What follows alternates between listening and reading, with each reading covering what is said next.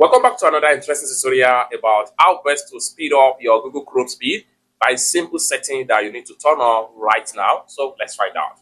But before we dive into the tutorial, if you find the tutorial useful and you are very new to this channel, remember to click on that subscribe, turn on the notification bell for more useful tutorial like this. So with that being said, let's find out. The very first thing you want to do is to open up your Chrome browser. The next thing you need to do is come to the top right here, click on these three dots, and this is going to pop up. Next thing you need to do is to simply scroll down all the way down and make sure you click on settings. And it's going to take you right here. The next thing you need to do is to simply go to performance. Then under the performance, make sure you simply scroll down right here. And then under this, where we have speed right here. What you need to do is to simply turn on this particular toggle button right here. So make sure you turn this button on. Once you turn this button on, scroll down and then you have two options right here.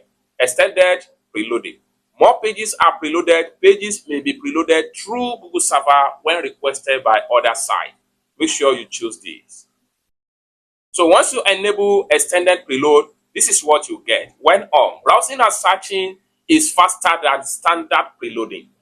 Then Chrome preload even more pages that you are likely to visit so that they load more quickly when you visit them. So this is what you get when you actually turn on this particular extended preloading. It's that simple. And this is only thing you need to know on how best to improve the performance. Important setting you need to turn on for your best performance on your Google Chrome browser.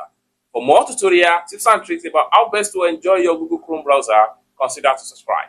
Thank you so much for watching, and I hope to see you in my next video. Peace.